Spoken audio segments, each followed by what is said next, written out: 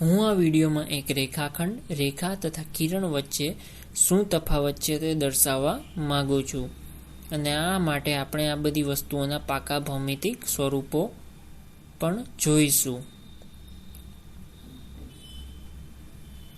રેખાખંડને આપણે સામાન્ય રીતે રેખા સાથે સાંકળી દેતા હોઈએ છીએ. હવે રેખાખંડ એક સીધી રેખા જેવું જ કહી શકાય, પરંતુ તેને રેખાખંડ એટલા માટે કહેવામાં આવે છે કે તેને એક બિંદુથી શરૂઆત થાય છે અને તેનો એક બિંદુ પર અંત હોય છે. આમ આપણે જીવનમાં મોટાભાગે જે રેખાઓ જોઈએ છે તે વાસ્તવમાં ભૌમિતિક રીતે તો રેખાખંડો જ હોય છે. મેં અહીં જે થોડોક વળાંક આપીને લાઈન દોરી છે તે સીધી જ છે તેવું હું માનું છું, કારણ કે આ રેખાખંડ છે. તેનો આધાર જે હકીકત છે તે એ છે કે અંતિમ બિંદુ અને એક ઉગમ બિંદુ તેમાં હોવું જરૂરી છે. જો તમે શુદ્ધ ભૌમિતિક રીતે રેખા જુઓ તો રેખા અનંત છે, એટલે કે તે ક્યાંય પૂરી થતી નથી.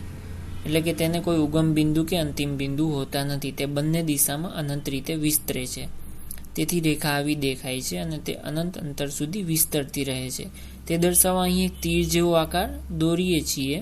આ તીર જેવો આકાર બતાવે છે કે રેખા સતત વિસ્તરે છે અને તે નીચે ડાબી તરફ વિસ્તારની દિશામાં સૂચવે છે. તમે કદાચ એવી કોઈ વસ્તુ નહીં જોઈ હોય કે જે કોઈ દિશામાં સતત વિસ્તર્યા કરે છે, પરંતુ ગણિતમાં જેને ગણિતની વિશેષતા કહી શકાય.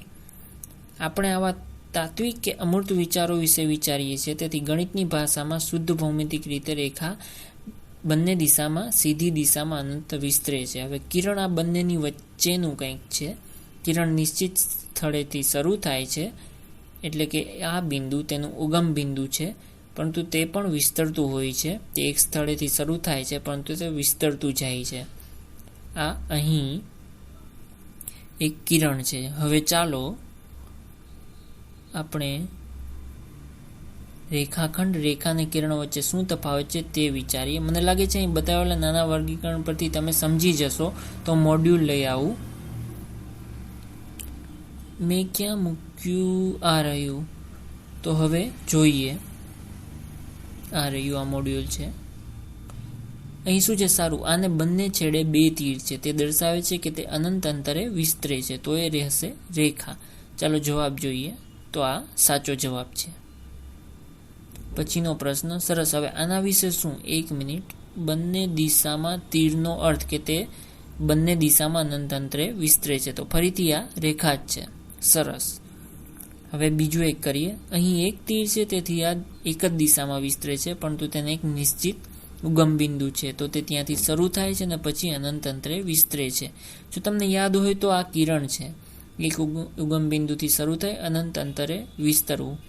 જેમ તમે વધારે અંતરે ફક્ત એક જ દિશામાં વિસ્તરે છે, તેથી તે કિરણ છે. અહીં એક શરૂઆતનું બિંદુ છે અને એક અંતનું બિંદુ છે, અથવા તમે એમ કહી શકો કે તે અનંત અંતરે વિસ્તરતું નથી, એટલે કે એકેય દિશામાં વિસ્તરતું નથી. તો આ છે રેખાખંડ. આ જુઓ. તો આશા છે કે આનાથી તમને સમજાયું હશે કે મોડ્યુલ શું છે. જ્યારે મેં રેખા આ મોડ્યુલ અહીં કર્યું ત્યારે કોઈ વિડીયો નહોતો અને તે માટે જ આ મોડ્યુલ વિડીયો માટે બનાવ્યો છે.